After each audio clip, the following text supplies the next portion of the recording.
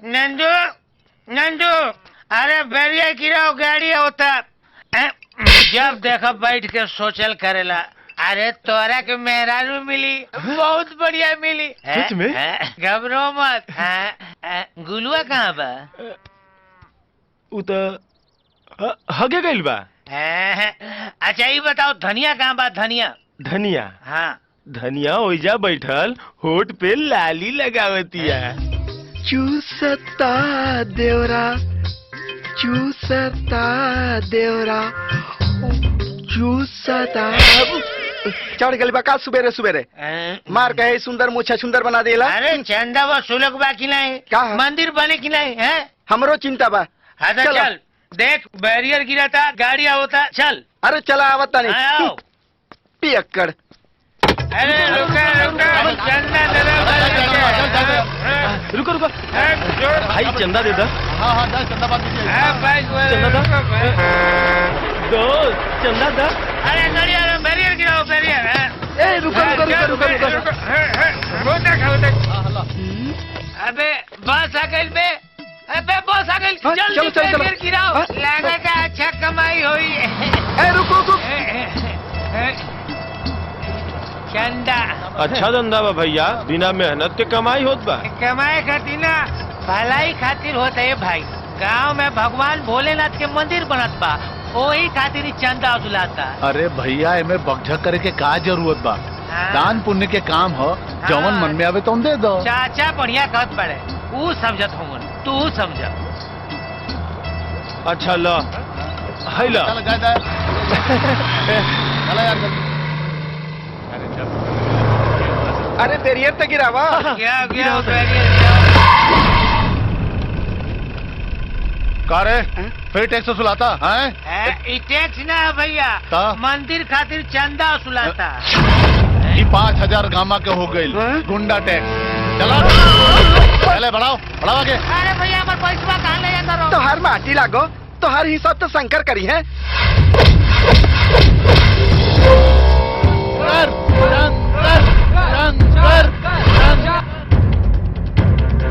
भैया पटक दे, गांव का इज्जत का सवाल बा।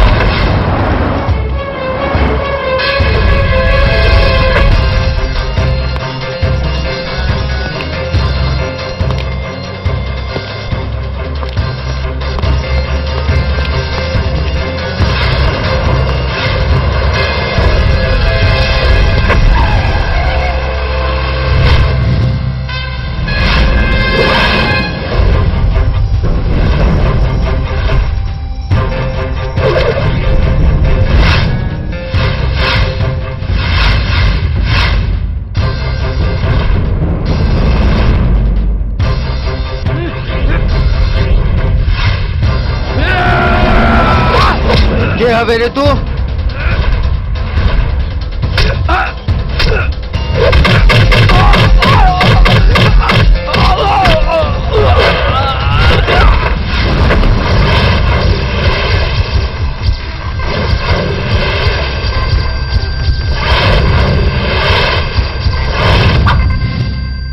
शंकर शंकर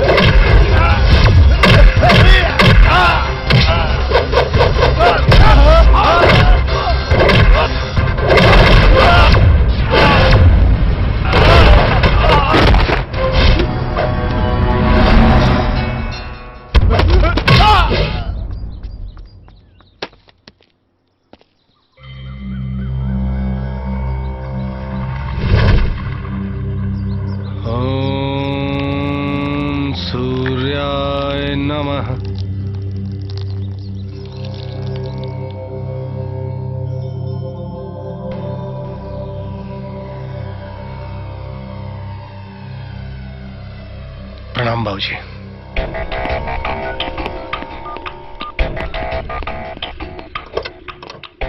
प्रणाम मालिक। शर्म आवे की चाहिए तो के चुल्लू भर पानी में डूब मरा जैसा। माफ कर दे मालिक। बड़का शेर बनत रहा ना लोग। एक लड़का लथिया के चल गई तोहनी के। मालिक को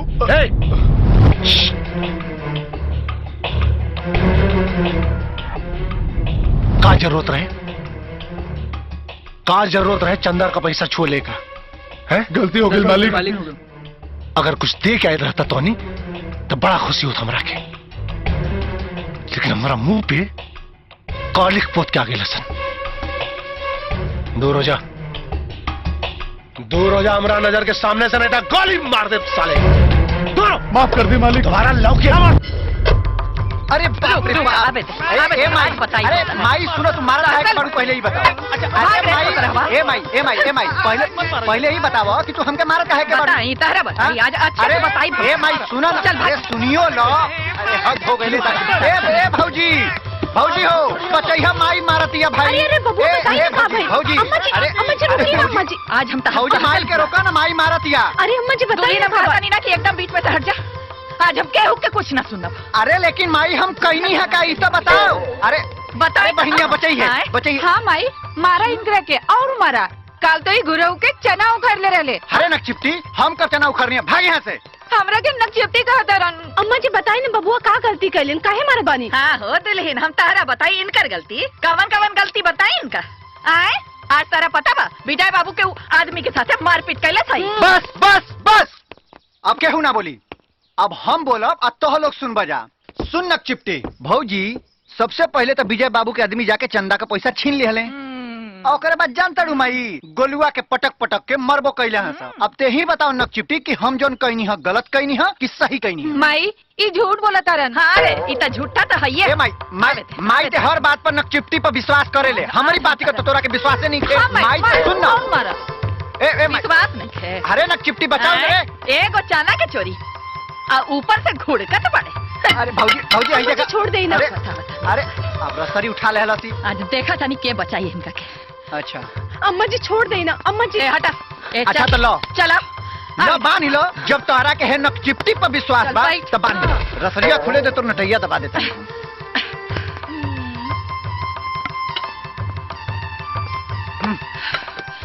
देखा था नहीं आज हम देख कि क्या इनका के दाना पानी दी। अजय दी ओकरे के बताई बाज हम। एकदम सही ताती। माला 1 लाख का। हाँ, माला ताती और माला। अरे भागा अरे माई काहे मारा थे सोन के? माई सुन तो। देखा गोविंद आज हम कुछ ना। अरे हम सब समझते तो हमारे बतिया तो सुन। आओ चला। का सुनी का? अरे माई बात सुन, गुस्सा न कर माई। अरे माई बात तो सुन।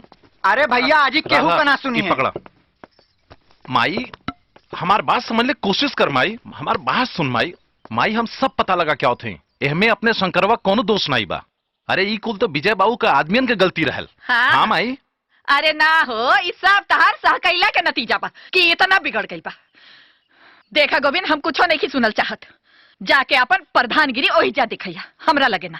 अरे माई हम तो गांव के प्रधान है, हमरे घर का प्रधान तो तू हो ना। हाँ ना। हाँ माई। हम है ना तई हमार हुकुम बा कि आज एकरा दाना पानी कुछो ना मिली। आके हुद्दी ही तो सोच ली, बता दे अच्छा से। ठीक बा माई, जब तुम्हारी है मर्जी बा तो यह होई। ए शंकर तू अपन काम अपने बारे में सोचा। हम जात हैं, जितना समझा समझा देले बानी। जात है माई।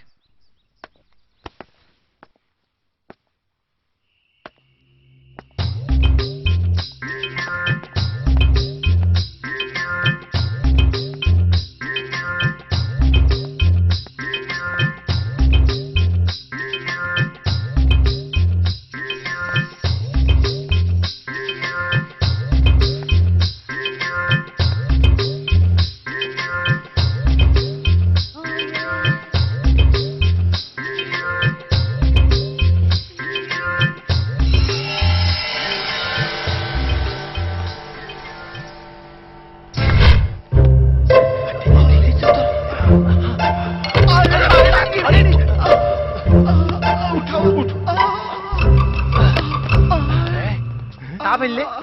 अरे कमरिया टूटा। यतना तोते लोट लागत रहेला। ई बता अंदर के का तिथि होतन बा? अरे अंदर के सिचुएशन बहुत खराब बा। अंदर ना खियावे का मौका बा और ना खोले के। वो का है? अरे काकी अंदर डंडा लेके सूतल बाड़ी। और तो और गोविंद भैया और भाभी जागल बाड़न लोग। थाल मूल के थत्या नाथ कह दी। अब थमथम देखे आवत तातैल दाए। अरे कुछ ना, हम तो जाता नहीं बाम लगवावे और जेकरा लगावे के होई आ जाओ। नहीं हम बाम ना लगाए। वो कहा है ना कि हाथी के दांत खाए के कुछ और दिखावे के कुछ और होला। ए जी सुनी ना, चाय बबुआ के खाना दे आई। बबुआ का बहुत चिंता बा, हमार नहीं के। छोड़ी रहुआ भी ना। अच्छा ये बताओ, माई सुत गई? हाँ नाक बजात बड़ी। ठीक से देख लो हो ना? हाँ। एक काम करा, जाके ओके खाना दे दो। हाँ, ठीक बा ना? ठीक बा। अब हम जाते हैं सोते।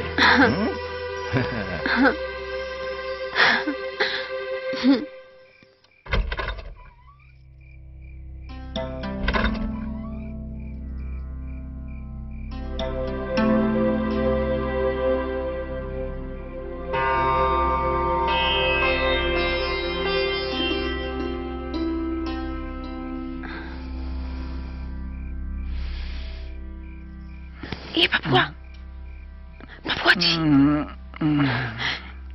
बबुआ जी। क्या? अम्मा खाना ले आई बानी। हेने आवा।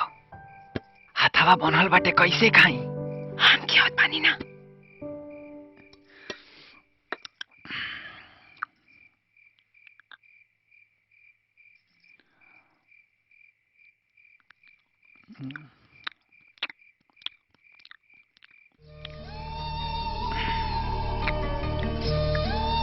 पनिया पिया हुआ।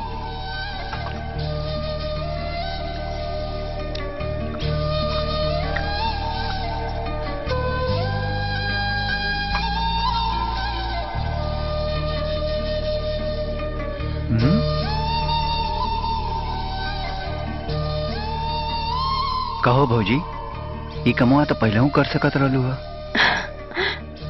बबुआ अगर ये काम हम पहले कर देती तो तोरा के अपने हाथ से खाना खिला के मौका कैसे मिलत?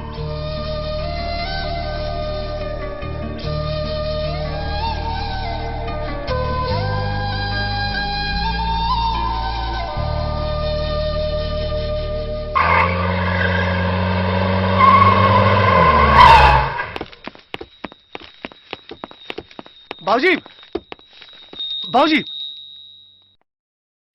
बाबूजी, ओम गणेशाय नमः। बाबूजी, का बात बा बेटा?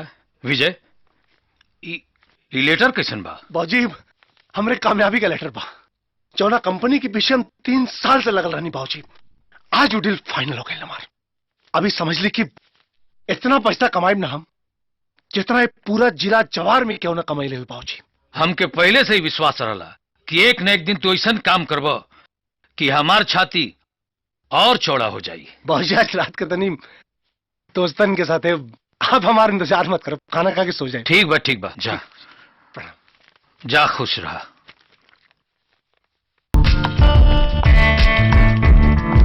क्या भैया का चाल बट? अरे कमरिए है। आई मैडम।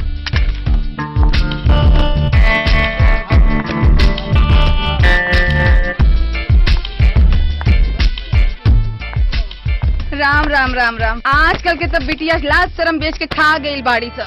हमरे जमाने में तो ऐसा ना होत रहल।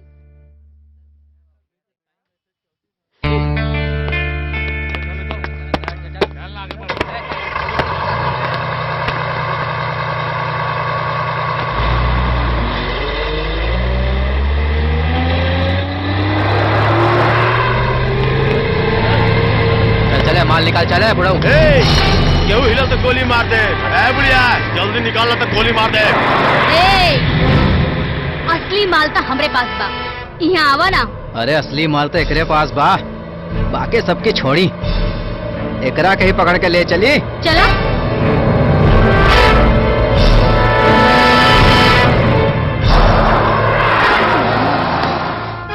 अरे भैया लागत कि कौन तूफान आई बारे।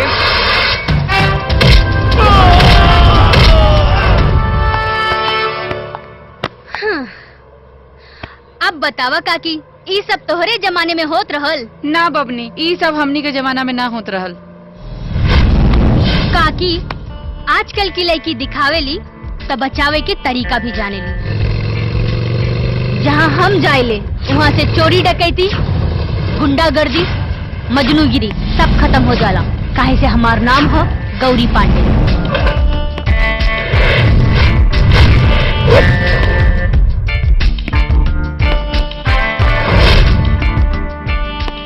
जय हिंद मैडम। जय हिंद। श्याम सिंह, ये लोग इनके अंदर डाला। जी मैडम। अरे मैडम जी, ये लोग तो गुंडा है ये बा। 1 करोड़ से बड़ा गुंडा हो जाए बैरियर लगा के चंदा के नाम पे धंधा करता। 20 रुपया 12 आना लुटा गई। 20 रुपया 12 आना? चलिए हमरा के दिया जी, ना तो हम मेहरारू घर से बाहर कर दी। 20 रुपया 12 आना मैडम। चली ना मैडम जी। राम सिंह, गाड़ी निकाला। अरे चूहे लागल चूहे लागल चूहे लागल चूहे लागल। लड्डू गोलुआ कहाँ बा? हो गइल बा।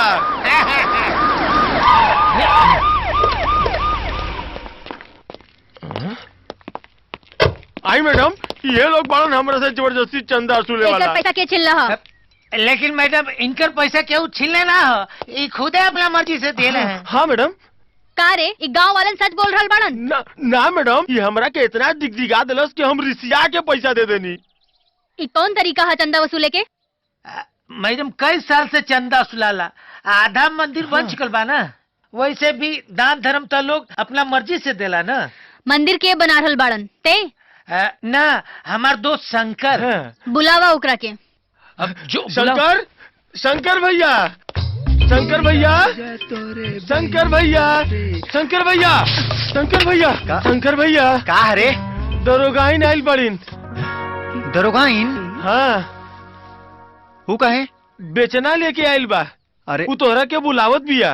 अरे साला कुछ गड़बड़ ना कैला हस रे। ना खुदे पैसा डलले बा और खुदे पुलिस के बुलौले बा। उलम घोड़ा के ना मुंह छुखाड़ के और पटक के कूचे लायक बा। अरे साला पहले चलो सन देखल जाओ का भइल। चलो सो। कहाँ है? जल्दी बुलावा ओकरा के। नमस्कार मैडम।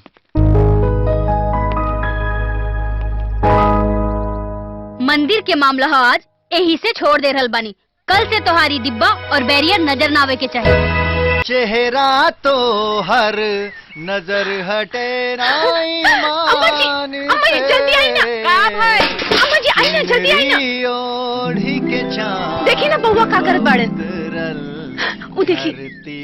अच्छा अभी हम एकरा के बतानी। अरे थोड़ा, अरे थोड़ा लगा। ई काहे तकीवा फाड़ता रे? आए अम्मा जी, हमरा के लागत है देवर जी के भी आंका देवे के चाहिए। चलो देखा जाके जल्दी पहुंचा। रुको। अरे तंतल, ए तंतल, अरे तंतल तू ना। हे भोले शंकर, आशीर्वाद दें प्रभु। ओम नमः शिवाय। दौली दोलक पुलिया दफ्ती आइल बना। हमने तो पीते हाथ धोते पल गइल बा। तंदा वतूली बंद करवा देला।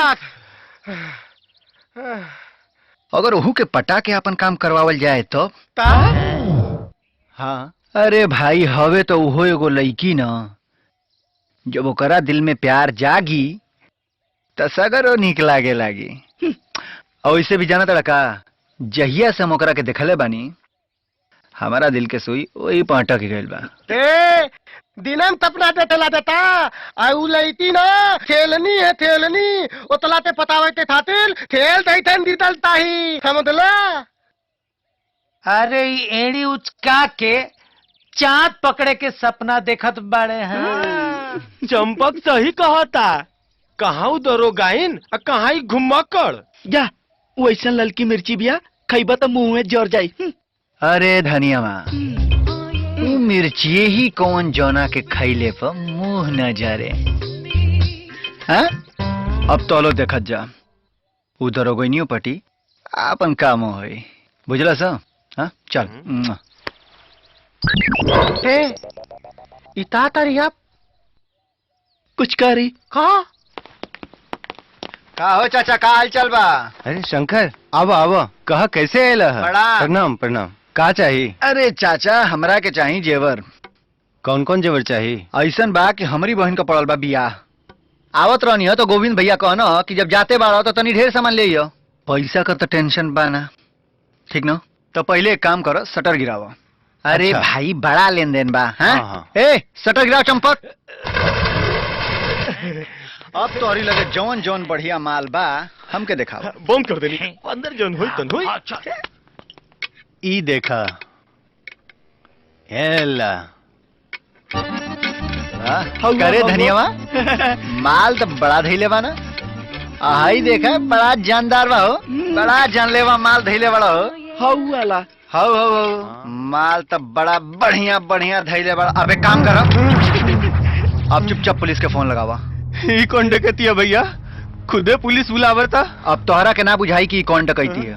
ए डकैती के नाम है लड़की पटाव डकैती। चला लागता लड़की कोनो पुलिस वाली है। अरे ये तो बड़ा होशियार बना रे धनियावा। अनुभव बा। अनुभव बना। चल फोन लगाओ। ना लगाए। अरे फोन लगाओ ना तो ठोक दे सांचों में। फोन लगाओ। पुलिस के फोन लगाओ। Hello police police police. चला राम सिंह खोला, पकड़ा सारन के, आपको मिले भागे ना पावे। चला काम हो गई। मैडम ये देखी। तू तो अब वसूली छोड़ के डकैती शुरू कर देला। यादव जी। जी मैडम। इस सब जेवर लेके और इस सबन के थाने में ले चला। एमे तो हमारी माई के जेवर बा। हाँ? ई जेवर वो कैसे ले जा सके? हमें तो हमनियों के घर के जेवर बा। अरे भला हो शंकर के जगरा चलते सोनार के पोल खुल गई। ई शंकर के छोड़ी और सोनार के ले जाई। असली चोर तो सोनरे बा। अच्छा एकर मतलब इस सब जेवर चोरी के हा। हाँ मैडम। और इस सुनार चोरी के माल खरीद ले बा। यादव जी। जी मैडम। शंकर के छोड़ा, सुनार के लेके चला। ठीक बा मैडम।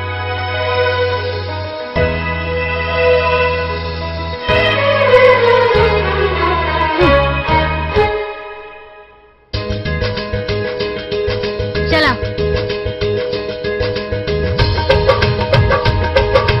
सोचली कुछ और अब भइल कुछ और।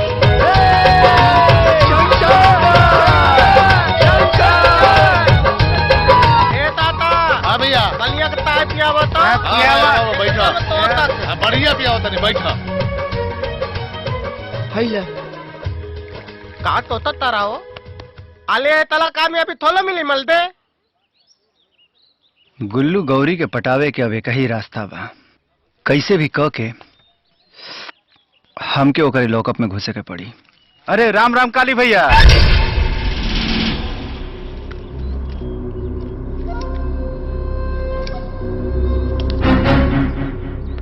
काली भैया पैसा दे दे ले जा। 435 रुपया उधार हो गए। छोटा धंधा बा, कैसे काम चली भैया?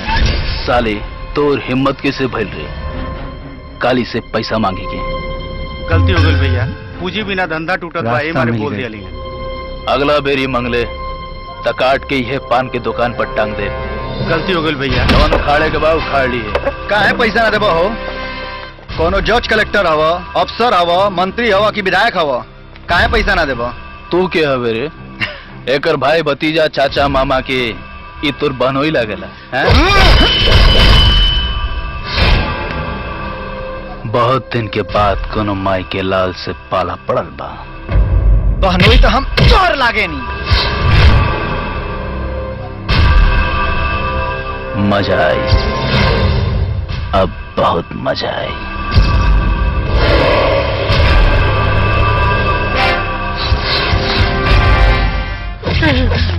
तेरा दरबरात है। हाँ यार, ये तो चूहा की जगह छछुंदर मुंह में धरा गई।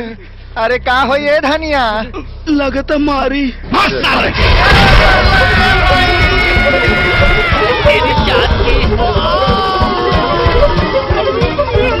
अरे सरवा बड़ा तेज मरलस रे।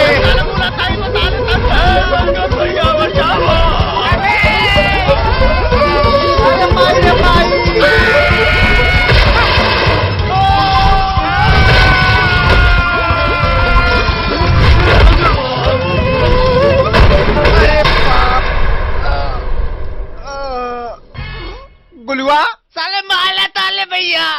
अरे माई अरे छोड़ अब ना सारे तोरी के रुका सन।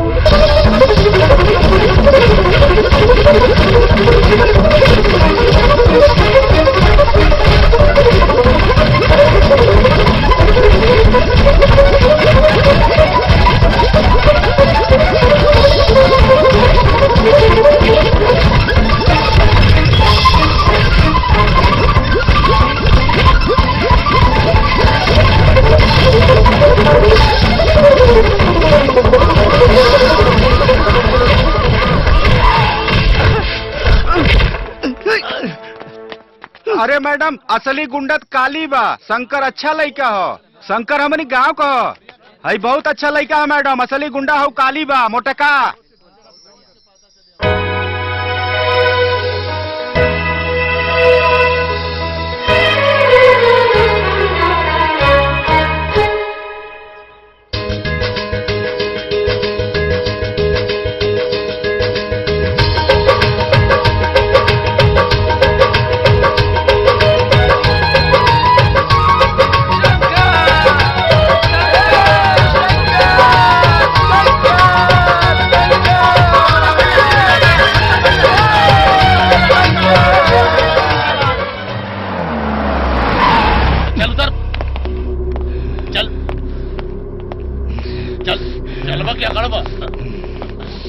अरे बजरंगी ये सरवा कैसे धरा गई? चल भीतर चल। ना छोड़ब शंकर, हम तोरा के ना छोड़ब। Madam madam. हाँ दीवान जी बोली। अरे बहुत बड़ा मुजरिम हाथ लगल बा। बहुत बड़ा मुजरिम? जी मैडम, उकाली ना बजरंगी हो, जौने पर गवर्नमेंट 1 लाख रुपया के इनाम रख ले बा। अच्छा, अरे वाह दीवान जी, ये तो बहुत बड़ खुशखबरी के बात है। जी धन्यवाद। हाँ? अरे मैडम हमार धन्यवाद का धन्यवाद वो लड़का के देवे के चाहिए जौने के चलते वो पकड़ाइल ह।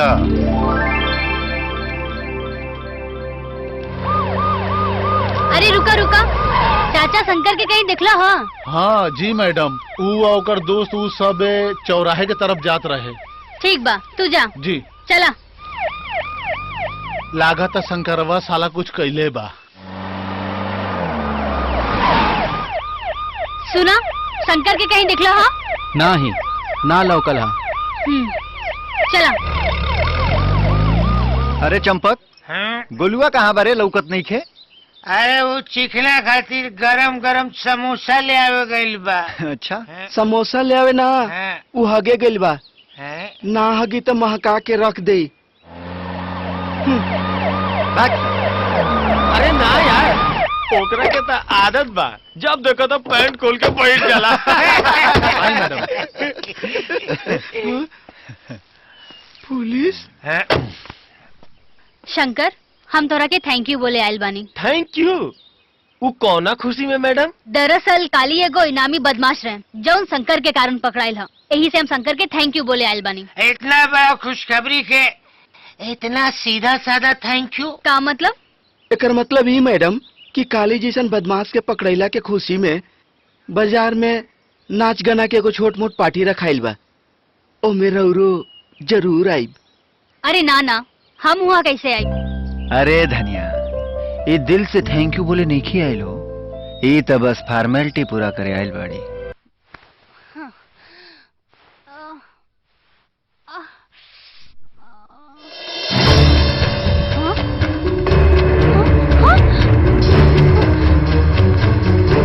हमार कपड़ा क्यों उतारल?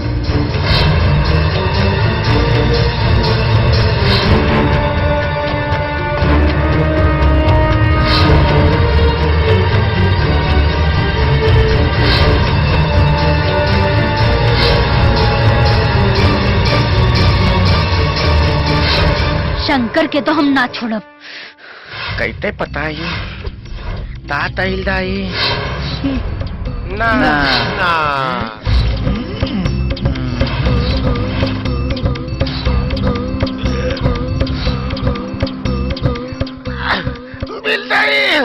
मिल जाइल। ए धनिया, हाँ? अरे मट्टी लगना गुलुआ कहाँ गईल हो? ऊ तही चंपकवा बताई। वो अपना भौजी के साया और ब्लाउज ले आवे गइल बा। नहीं ऊ हगे गइल बा। जैसे जैसे बतैले बानी वैसे वैसे करिया। अपन चाल ढाल नखरा तेलना सब एकदम वैसे ही बना के रखिया। हाँ शंकर, ऐसा विश्वास दिलैया, ऐसा विश्वास दिलैया कि तोरा के घर से बाहर निकाल देले बा, बुझला? हाँ शंकर, ओइजा जाके ऐसा ड्रामा करिया कि गौरी के एकदम विश्वास हो जाए।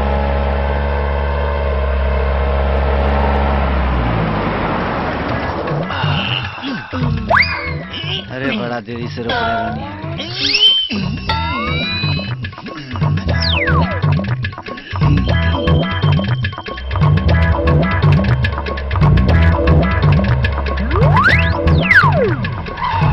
अरे ये गांव के औरतन के का हो गए आज?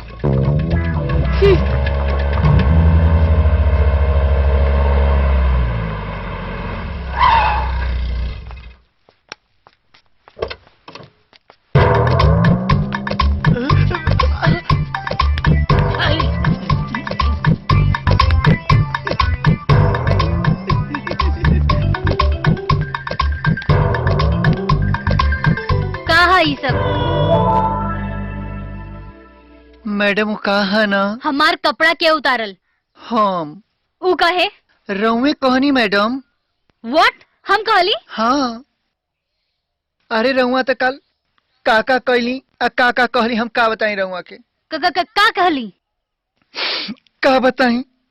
रउआ भांग की नशा में जानतनी हमरा के ही हाँ और ही हाँ हर जगह हमरा के चूम लेनी। अब बाद में कहे लगनी कि शंकर हम तोहरे बिना ना जी सकेनी। शंकर हमके तो से प्यार हो गइल बा। देखी ना हम अपना के बचावे खातिर कौन कौन रूप अख्तियार कैले बानी। ई सब काहे? वैसे मैडम कि जब हम अपनी दोस्तन के ई सब बताऊनी तो हमार दोस्त कहत बाड़न सन कि शंकर मैडम भूखा शेरनी हो गइल बाड़ी। अब मैडम तोहार इज्जत तार तार कर दी है। मैडम से बचे खातिर तोहके लड़की बने के पड़ी। तू ई सब बात अपने दोस्तन के भी बता देला? हाँ मैडम, दोस्तने के ना माई के भौजी के मुन्ना के सबके बता देनी। मुन्ना तो आपके चाची चाची कहता। अब आपे बताई मैडम हम का करें? हमरे सामने बस एक ही रास्ता बा, या तो हम मर जाई नहीं तरहुआ हमरा के अपना ले। Welcome mister D'Costa. Hello mister Vijay. आइए, ये वो जमीन है जो हमने फैक्ट्री के लिए पसंद किया है। आइए, बगल से गुजर रहा है ये नदी। नदी से जमीन को पूरा पानी का सप्लाई मिलेगा। और इधर देखिए ये है हाईवे जो शहर और एयरपोर्ट तक हमें पहुंचाएगा। गुड मिस्टर विजय, हमको ये जगह पसंद है। तुम काम को आगे बढ़ो। ओके मिस्टर विजय, वादे के मुताबिक 1 करोड़ रुपए। मिस्टर विजय, हमारा कंपनी बोर्ड का डिसीजन है कि तुमको करोड़ रुपए के साथ साथ 20% का पार्टनरशिप भी दिया जाएगा। क्या सोच रहे हो? सर, मैं इस प्रोजेक्ट के लिए जी जान लगा दूंगा।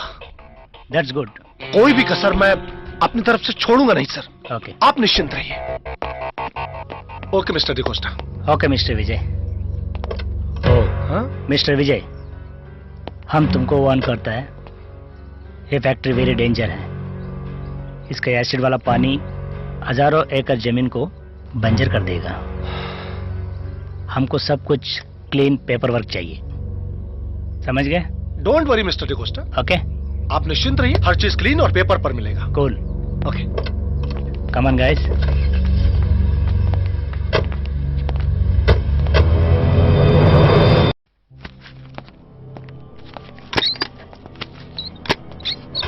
ये सब का हो रहा बा विजय? कहा भाजी, कहाँ का हो रहा बा? ये है हजारों एकड़ जमीन, लाखों लोगन के जिंदगी का है ये सब। आ कैसन फैक्ट्री लागे जा रहा बा? आपके जानकारी हो गई ना? ए भाजी, आम खाए से मतलब रखी ना, रहुआ भेड़ खाएगी ना तानी। मतलब तो हम जरूर रखब विजय, काहे से कि गांव हमरा खानदान वालन के बसावल बा। रुक जा विजय, हमार बात अभी खत्म नहीं भइल। और ये गांव वालन हमन के भगवान ऐसा पूजे ले, और हम ये गांव वालन के साथ विश्वासघात ना होके दे। बस करी बाबूजी, बस करी। अब इतना साल बाद करोड़ों रुपया कमाए का मौका हाथ लगल बा और आप बीच में टांग अड़ावता नहीं। अरे तक कमाई के और भी बहुत सारा तरीका हो सकेला विजय, बहुत सारा तरीका बा। अरे धरती तो महतारी होली, ओकर कोख उजारला से का फायदा बा तोहरा के। एक बात कान खोल कर सुन ले विजय, ई गांव वाला हमारा अपन बाड़े, आ इनके साथ हम खिलवाड़ ना कर दे। 3 साल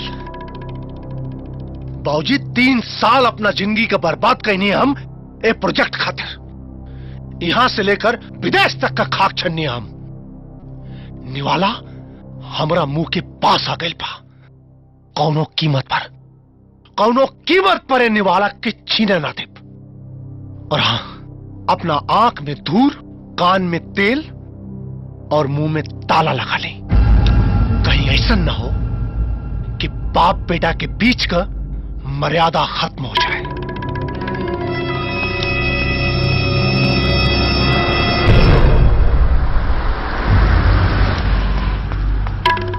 राम राम छोटे सरकार, आप हमरा के बोलौनी है?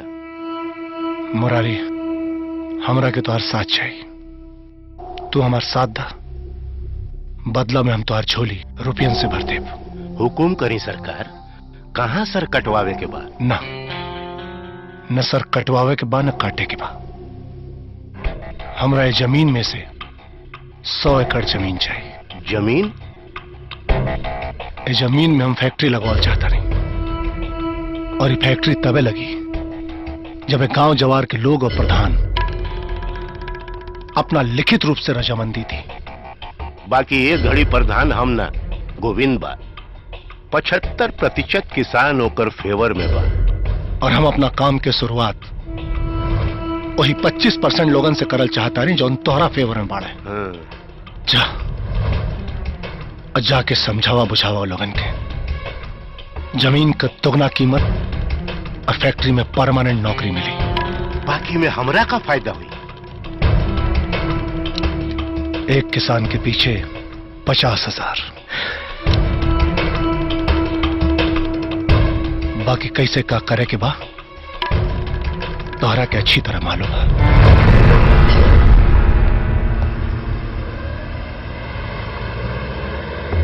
अगर गोविंदवा रास्ते से हट जाए तो करोड़ों रुपया कमाइला के चांस बा। ई साला गोविंदवा के का करी? बुझाता कि हमरा पते नहीं के। हम खूब बुझाता नहीं। ये जरूर उहे दिन के बात है। यह तो विजय बाबू के आदमी बुलावले रहे। अरे माई, ओ दिन शंकरवा के कोनो गलती नहीं रहल माई। और हम बानी ना, घबराइले कौन बात बा। विजय बाबू के हम समझा दे। विजय बाबू के हम समझा देब। का समझाई बा? केकरा केकरा समझाई बा? वो अपन आदत से बाज आवे तब ना। समझा दे। भैया, हाँ, ये हमार कुछ किताब बा, एके ले ले आइया था। लो देखें। एक काम कर, इस शंकरवा के दे दे, वह लेते आई। खोड़वा के? हाँ, खोड़वा के। गाड़ी के तेल चेक करता नहीं बाबू। चाचा, गाड़ी के ठीक से चेक कर ला। भैया, ए भैया, कारे नक चिपटी ला और सांझी ले हमार कुल किताब आ जाए के चाहिए। जब देखा था ऑर्डर ऑर्डर। चल भागे यहाँ से। काहे भागे हम? भैया देखा नक चिपटी चलो का बाबू, पड़न। तू घर में जा। अरे शंकर काहे चिढ़ावत रहले हमेशा? इनसे कह दा हमार कुल किताब आ जाए के चाहिए। सब किताब आ जाएगी। हाँ बेटा, तू घर में जा। हाँ जा। शंकर ठीक हो गए ना? हाँ भैया, बैठ। बैठ जाओ शंकर। तेल चेक हो गई बा? हाँ। ए गुल्लू, तो हनियो के आवाज आन। आवतानी। आओ। हे भगवान, हमार लइकन के रक्षा करिया।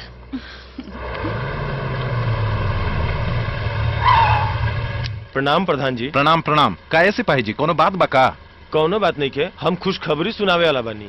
खुशखबरी? कैसन खुशखबरी? अरे शंकर डिपार्टमेंट के हीरो बन गेल बाड़े। मैडम बहुत खुश बाड़ी। शंकर हीरो हो गेल बाड़े, मैडम खुश बानी? हमें कुछ समझ में नहीं आवता। अरे मैडम के प्रमोशन के ऑर्डर आ गेल बा और इस शंकर के 2 लाख के इनाम मिली। 2 लाख रुपया? अरे वो काहे? 1 लाख काली के ऊपर रखल इनाम। अच्छा। और 1 लाख दुर्गा सोनार के जेवर के कमीशन। चलो शंकर, तो क्या मैडम बुलौली है? ऐसा बस सिपाही जी, हम भैया के संग बहुत जरूरी काम से जाता नहीं। आप मैडम से कह दे कि हम सांझी के भेंट करब उनसे, ठीक ना? चली जयराम जी के। चली भैया। प्रणाम। अरे का बात है, काहे मैडम बोले? हमारा खुदे नहीं खे मालूम भैया। हाँ। चली।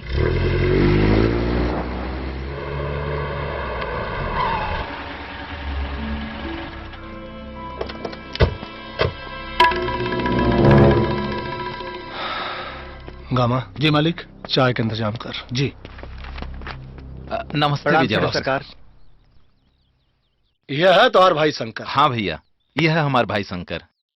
हम रउआ से माफी मांगल चाहत बानी, एकरा से अनजाने में गलती हो गई। ओफो, अरे माफी का कौन जरूरत बा ना शंकर, जवन तू कैला ठीक कैला। अरे हम तो उनन के गोली मारे जात रहे, लेकिन गामा हमार पैर पकड़ डाला, सरकार माफ कर दी।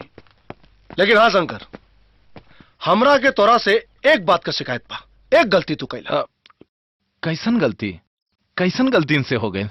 यहाँ गांव में मंदिर बना था और हमरा के पता तक नहीं के। अरे हम तोरा के क्यों से 1-2 रुपया मांगे देती, हमसे काले होता है? बोला कितना पैसा चाहिए तोरा के? अरे मुंह का देखा थोवा, राजा महाराजा लोगन है, जौन कुछ मांगबा सब मिल जाई, मांग मांग। छोटे सरकार, बस 1 लाख रुपया के कमी बा। 1.5 लाख रुपया देनी तोहर पैसा रखल है, जब मर्जी हो आ जाइए। और हाँ, मंदिर में कोनो कमी ना होके के चाहिए। थैंक यू सो मच, आपके बहुत बहुत धन्यवाद। अब रउआ सब बात करी, हम लाजो का किताब लेके आवत। हाँ ठीक बजा। प्रणाम। गामा जी मालिक। शंकर के मुंशी जी से मिला दे। ठीक बा मालिक। आओ गोविंद बैठा। गोविंद ये देखा, ये नक्शा देख ला, ये जमीन का नक्शा है और ये पूरा जमीन हमरा के खरीदे के बाद। पर जमीन लेकिन छोटे ठाकुर, इस जमीन तो सैकड़ों किसानन के परिवार का माई बाप है छोटे ठाकुर, यही से उनके परिवार का भरण पोषण होला। तू गलत समझला, हम लोगन का जमीन छीनल नहीं के चाहत, हम लोगन का रोटी नहीं के छीनल चाहत, बल्कि 1 रोटी के बदला 2 रोटी देल चाहता नहीं। 2 रोटी? हमको समझनी नहीं छोटे ठाकुर। देखा गोविंद, हमें जमीन में फैक्ट्री लगाओ चाहता नहीं। और गांव वालन के उनका जमीन का दोगुना कीमत दे, और हाँ साथ ही साथ फैक्ट्री में परमानेंट नौकरी भी। देखा, हम चाहता नहीं के बात का श्रेय तोहरा के मिले, और ये फायदा तू जाके समझाओ गांव वालन के। छोटे ठाकुर, योजना तो बहुत बढ़िया बा, इससे सैकड़ों किसानन का भविष्य भी सुधर जाई। हाँ। लेकिन एक बार हमें सबसे बात करे पड़ी छोटे ठाकुर। देखा, बात तो हम भी कर सकत रहनी जाके गांव वालन से, लेकिन तू प्रधान बाड़ा, और हमारी इच्छा है कि तोहर प्रधानी का कुर्सी लंबे समय तक बनल रहे। काहे कि तोहरे जैसन कर्मठ और ईमानदार प्रधान ए पूरा जवार के मुद्दत बाद मिलल। ये हमन तो आपका आशीर्वाद है छोटे ठाकुर। ठीक बा छोटे ठाकुर, हम सबसे चल के बतिया लेत बानी। ठीक है गोविंद। अच्छा प्रणाम। नमस्कार।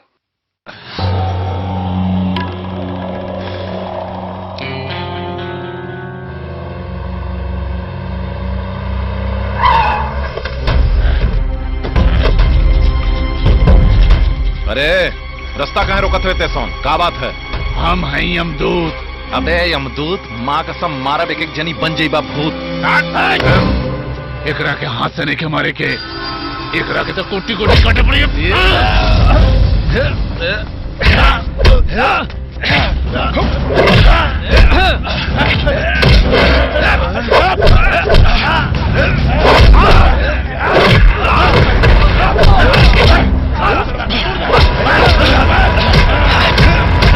शंकर शंकर शंकर।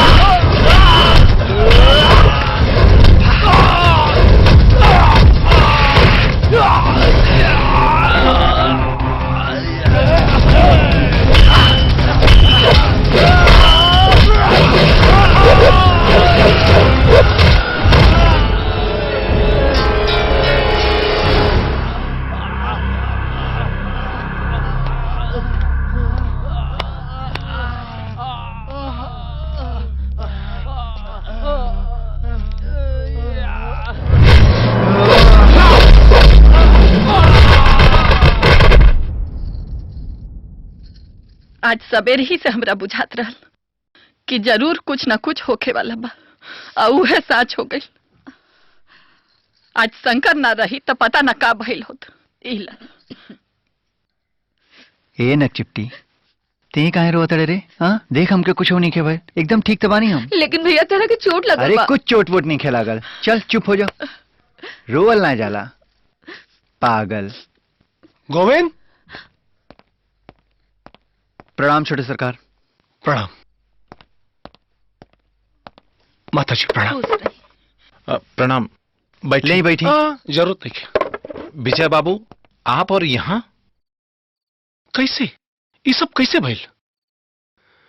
गोविंद सिर्फ एक बार नाम बताता होकर, जकरा के अपना जिंदगी से प्यार नहीं किया। विजय बाबू, हमके खुदे नहीं मालूम कौन रहला, काहे अटैक कैला, के रहल, हमें खुदे समझ में नहीं आवता।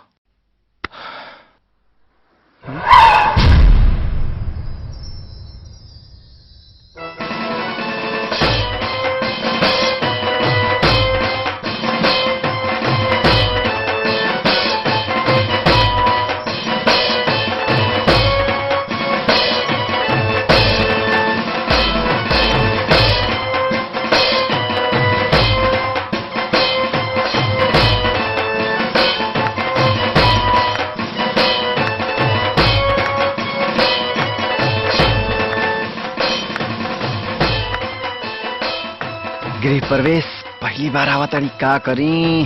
हाँ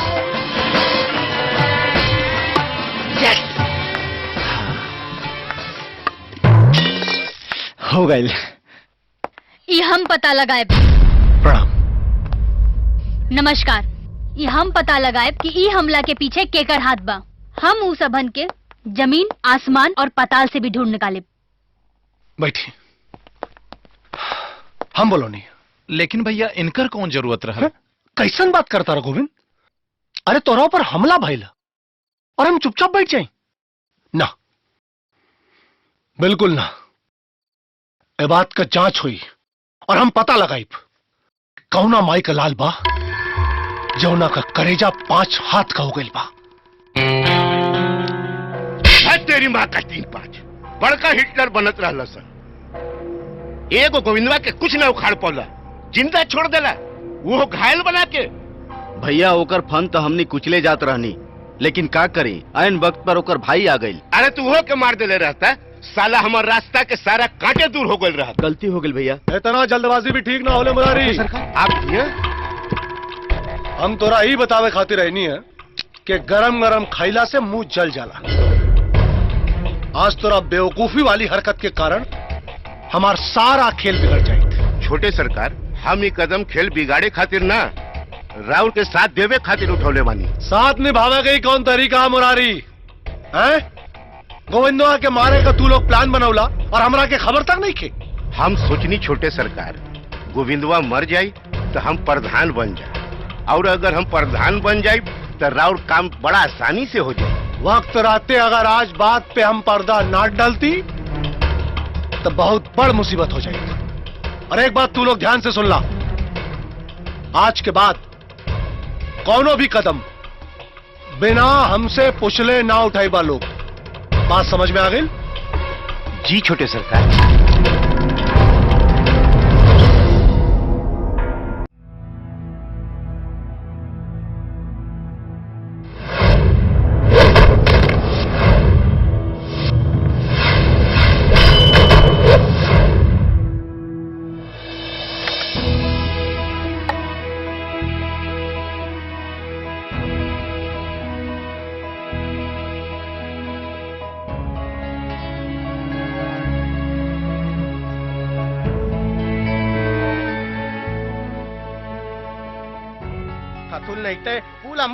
और करबो का करी, जब देखा तब ससुरा हाथ में बोतल लेके चढ़ावे लगेगा।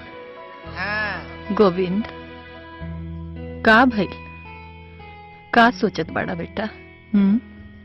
माई, इक्का बात बार बार हमरे दिमाग में गूंजता। बात? कवन बात? माई, आज शंकरवा का हम वो रूप देखली हैं जेके देख के हमार होश उड़ गल। माई, क्रोध से भिन्नाइल होकर चेहरा, तांडव जैसन होकर रूप, बस वह बार बार हमारे आंखी के सामने नाचता माई, आंखी के सामने नाचता। मतलब एकर मतलब पुजारी बाबा के बात सच हो गई। पुजारी बाबा कैसन बात माई? हमके बताओ माई, का बात है माई? हमके बताओ माई। 20 साल पहले जब तहार बाबूजी जिंदा रहलन और तू 4 साल के, हमरा आज भी अच्छा से याद बा। वो महाशिवरात्रि के दिन जब शंकरवा हमारे पेट में रहा। ये बच्चा साधारण बच्चा ना है, ये भगवान भोलेनाथ के वरदान है। लेकिन एकर जो तीसरा नेत्र बा वो ज्वालामुखी है। एकरे क्रोध से बचा के रखे के पड़ी। ये बच्चा भले संसार के हर कसम के तोड़ दी, लेकिन इस ताबीज के कसम के मरते दम तक ना तोड़ सकेला। हमारे शंकर के देखनी है ना, हम तो ना देखनी। पंडित जी, हमारे शंकर के देखनी है। हाँ हाँ, तो हर लड़का ऊ देखा ओजा बैठल बा। शंकरवा बचपने से बहुत गुस्सा वाला रहल। हमरा ओकरा बारे में सोचे ही के डर लागता। माई, डरे के कोनो जरूरत नहीं है। जौन जैसे चलता वैसे ही चलेगा। ओकरा ना ही कुछ बतैले के जरूरत बा, ना ही समझैले के। समझलू ना? Good good Murari Lal. हाँ छोटे सरकार, हमरा फेवर में जितना आदमी रहे उ सब के रजामंदी ले आयल बानी। बाकी गोविंदवा के हाथ में बा, पता ना उ सरवा का करी। वह करी, ओकरा के भी वह करे के पड़ी मुरारी। काहे कि ये प्रोजेक्ट खातिर हम कुछ भी कर सकीले। खून का नदी बहावे के पड़ल ना, बहा दे। लासन के ठेर से गुजरे के पड़ी ना, गुजर जाए। कुछ भी कर जाए।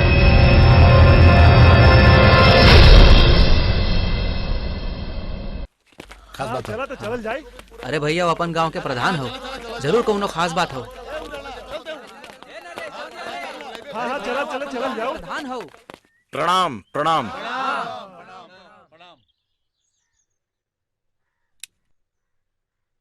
आप सब जानत बानी ठाकुर खानदान के गांव पे कितना बड़ा उपकार बा। विजय बाबू हम सब के भलाई के बारे में सोच के एक गांव में एक बहुत बड़ा फैक्ट्री लगावल चाहत बाने। वो फैक्ट्री खातिर पूरा 100 एकड़ जमीन का जरूरत बा। और ध्यान से सुनी, ए फैक्ट्री में जे भी केहू जमीन दे, ओके जमीन के दुगना कीमत और फैक्ट्री में परमानेंट नौकरी मिली। ये बात ध्यान से आप लोग सोच विचार लें कि जमीन देवेक बा कि नहीं देवेक बा। काहे कि परसों मंदिर के उद्घाटन के समय हमें विजय बाबू के जवाब देवेक बा। का हो चाचा, तू बताओ। ना नहीं तो बहुत बढ़िया प्लानिंग बा, सब ठीक बा। आपका क्या विचार बा? अरे बहुत बढ़िया विचार बा। ठीक बा ना? ठीक बा मालिक। देखा, कोनो दबाव नहीं खे, अच्छी तरह से सोच विचार ला। हम ये कहते हैं कि सब लोग हाथ उठा के समर्थन करा कि देवेक बा कि नहीं देवेक बा। बाबा, फायदा काहे ने की सोचत? जमीन के जौन बा दुगना दाम मिलता और नौकरी भी, बेटी के शादी हो जाई। एमे घाटा का बा? मड़ई से मकान बन जाई, हजारों रुपया महीने का तनख्वाह मिली। चिंता के कोनो बात नहीं है बाबू, हम तुम्हारी इलाज मुंबई ले जाके कराई। ए गोविंद, काम आई। अरे गांव में कैसन चर्चा होत बा? कैसन चर्चा माई? अरे उहे सुनत बानी की कैसन त फैक्ट्री या कैसन त जमीन के बात हो रहल बा। अच्छा माई, ए एरिया में एगो फैक्ट्री लागे जात बा और एरिया में जेकर जमीन पड़ी ओके दुगना पैसा और परमानेंट नौकरी मिली। हाँ माई, अब हम दोनों भाई मिल के फैक्ट्री में काम कइल जाई। आ काम कइले की बाद खूब ढेर सारा पैसा कमा के जानता माई सबसे पहले का करब? सबसे पहले कोनो काना लड़का ढूंढ के नकचिपटी का ब्याह करा दे। भाई सुन लो, फिर इंटर का है ना। हाय देखा एकरा के, हर दम में ओकरे पीछे पड़ल रहे। माई हम तोहरो खातिर सोचले बानी। ऊ का? माई अब तोहरा खातिर चांदी के ना सोने का जीवतिया बनवाल जाई, है ना भैया? कता हमरा खातिर सोना के जीवतिया बनवाई हन। अब तो हन लोग अपन अपन मेहरारू खातिर बनवा के रख।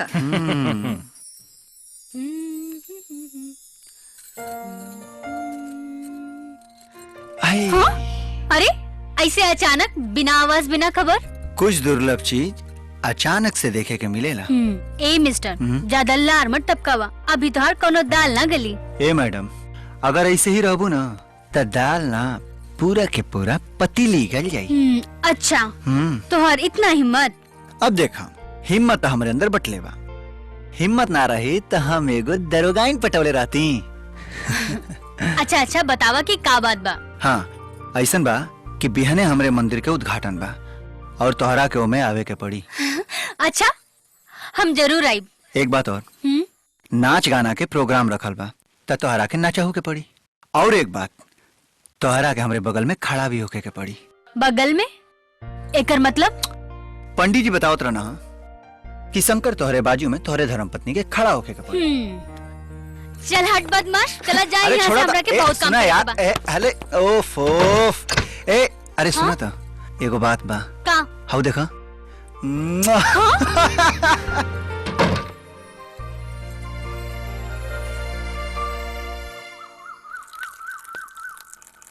ये हम का सुन रहल बानी विजय? बिल्कुल सही सुनल बानी पिताजी। जय ए बेर मंदिर का उद्घाटन करे हम जाए। लेकिन गांव वालन तो हमके बुलौले बाड़न, मंदिर के उद्घाटन बा, हमार इंतजार करत हुई हैं लोग। ओकर चिंता मत करिए आप, हम गांव वालन से कह देब कि आप बीमार हैं, आपका तबीयत ठीक नहीं है। बीमार बानी? लेकिन हम तो ठीक बानी। आपका तबीयत ठीक नहीं क्या भाऊजी? आप बीमार बानी, आपके वफादारी और ईमानदारी का रोग लग गई बा, और अगर रहुआ वहां कहीं नहीं, हमारा सारा खेल खराब हो जाए भाऊजी। हमें सब मालूम है विजय कि तू कौन सा खेल खेल रहल बड़ा, लेकिन ये तरह से हजारों लोगों के जिंदगी के साथे खेल खेलल ठीक नहीं खे। ऐसा ना भाऊजी, जिस समंदर में गोता लगावेला ना, वो कुआं और पोखर का चिंता ना करेला। हमके मालूम बा कि समंदर में केवल गोता लगावल जा सकेला, प्यास नहीं के बुझ सकत।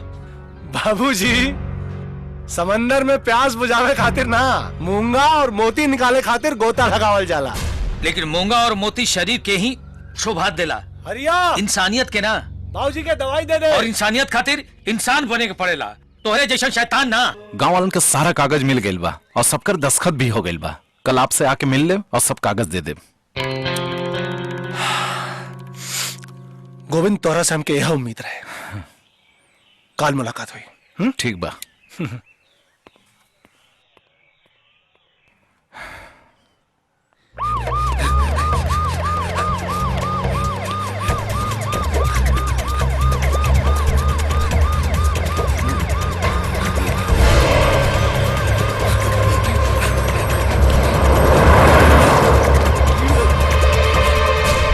अब आपके 10वां उंगली घी में और सर कड़ाही में बा सरकार। सही कहा तारा मुरारी, तोहरी तरफ के भी आदमी तैयार है बाड़ा, और गोविंदवो के तरफ से हरी झंडी मिल गई। अभी समझ ला कि हमनी का योजना कामयाबी के मोड़ पे बा। जी छोटे सरकार। ई कह रहे काली उर्फ बजरंगी। काली उर्फ बजरंगी? ओहे काली विजय बाबू, जौना के ऊपर सरकार 1 लाख के नाम रख ले बा। अच्छा, लेकिन हमारा पास का है इला? मदद। मदद? कैसन मदद? ए समय पुलिस हमरे पीछे लागल बिया और हमरा छुपे के जगह चाहिए। लेकिन कहीं और भी तो जगह ढूंढ सकेला है? हमारा लगे का है इला? ए लिए कि हम अपन बदला चुकौले बिना ये एरिया छोड़ के ना जाए। बदला?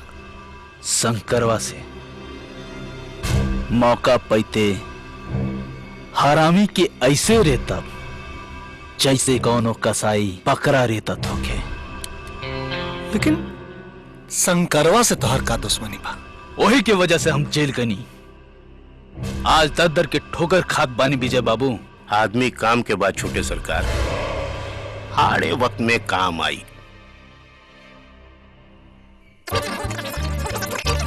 का शंकरवा थाना में बंद बा? हाँ ताती, बितवात नहीं थे तो दा के खुदे देथला अपने हाथी थे ताले तंपक। अब देखे क्या बा? अब हम अपना आँखी से खुदे देख आइल बनी। हाँ ए काकी, थानेदारनिया कहलसिया कि जब तक शंकर के माई और भाभी ना आई लोग तब तक हम उनके ना छोड़ब। आई है दादा, हे भगवान, इस शंकरवा ऐसन का कर देलस कि पुलिस निया हमनी सास बहू के बुलावतिया। चाची ऐजा बैठ के सोचा विचारा मत, भौजी के लेके जल्दी थाना चलो। हाँ हाँ ए बाबू, तोहन ठीक है कहत बाड़ा। दुल्हन,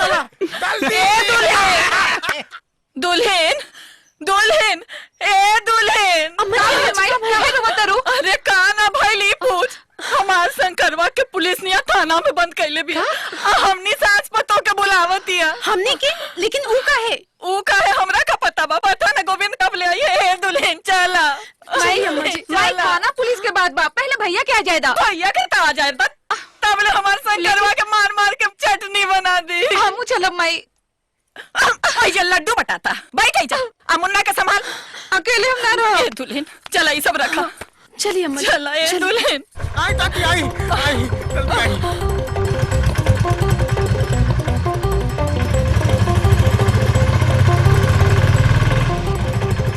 करे गुलुआ, माई और भौजी के सब समझा के भेजले है ना? समझाइते ई धनीवा ततुल तलवार के बतला था। करे ई ससुराता बनल काम बिगाड़ देला, कबो कुछ ठीक कैले बड़े थे। जब देखा तब हद से मार दिल करेला, कितना बार कहने की मारे के बाद कहीं और मारल करा, कपारे पर ना। अरे जब देखा तब एक ही धुन में रहेला।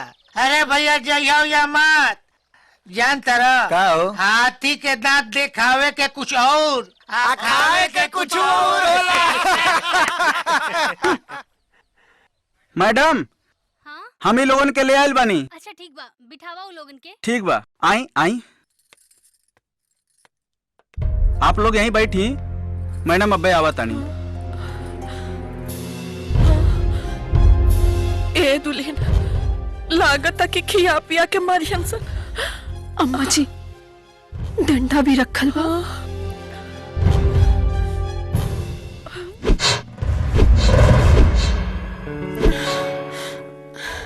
अम्मा जी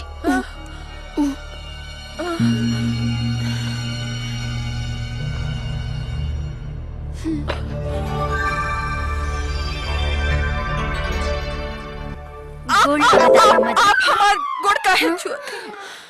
का बताई अम्मा जी?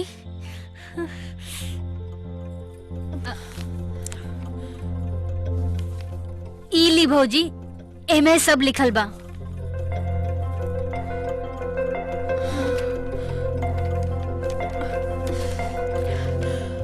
भौजी माई के साथे लड़की देखे आयल बाड़ू, हम और गौरी बियाह करे चाहत बानी, माई और भैया के संभार लिहा। ओहो, तो ई बात बा। का बात बदली? अम्मा जी घबराए के कौनो बात नहीं के, मिठाई खाई मिठाई। मिठाई ऊ काहे खातिर दुल्हन? अम्मा जी ई दरोगाइन मैडम बानी ना, ई हमार देवरानी और राउर पतो बनल चाहत बानी। का हो गोविंद बाबू, काम हो जाए ना? तू लोग निश्चित रहा, हम बानी, हम सब बात फाइल देवे से पहले बड़े ठाकुर के आशीर्वाद जरूर ले ली। हाँ ले ले बा आशीर्वाद, ठीक बा। तू प्रधान हुआ, हमने की तरह पे भरोसा बा। एकदम निश्चिंत रहा।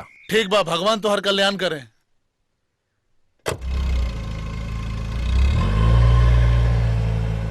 बस समझिए कि हमारा काम हो गया, बहुत जल्द, अरे बहुत जल्द कामयाबी का फाइल हमारे हाथ में होगा। वेल डन मिस्टर विजय, तुम हमको खुशखबरी दो, हम तुमको पैसे देगा। Good luck. Thank you Mister D'Costa, bye bye. मालिक मालिक, गोविंदवा के रवा एजा बोले नहीं कि हवेली में। मतलब? हम गोविंदवा के हवेली की तरफ जात देखनी है। हवेली की तरफ? हाँ मालिक। अगर उस तरह हवेली पहुंच गई और बाबूजी से मिलने लगे, सारा खेल बिगड़ जाए। चल चल चल चल जल्दी चल। ये आपका कहते हैं ठाकुर साहब? ये सच्चाई बा गोविंद, विजय जौन फैक्ट्री लगावे जा रहल बा, ओकरा से जमीन और जीवन दोनों बंजर हो जाए। ना ठाकुर साहब ना, विजय बाबू के उनके हम अपने मकसद में कामयाब ना होके दे। अपने क्षेत्र के जमीन और जनता से इतना घिनौना खेल उनके हम कब्बो ना खेले दे। अगर विजय हमारा औलाद हो तो क्षेत्र के जनता हमार प्रजा हो। एक काम करो, ये फाइल कोनो कीमत पर विजय के हाथ ना लगे के चाहिए। तू यहाँ रुका मत, तू जल्दी एजा से जा, केहू हमनी के देख ले, ऐसे बढ़िया तू चल जा यहाँ से। आप देवता बानी हमरे लिए, प्रणाम। आपका ये उपकार हम कब्बो ना भूला।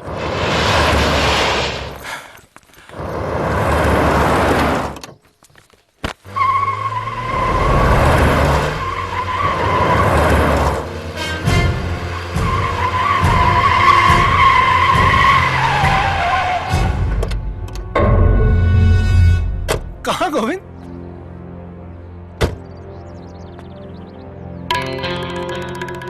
कहाँ गोविंद? कहाँ जात बाड़ा?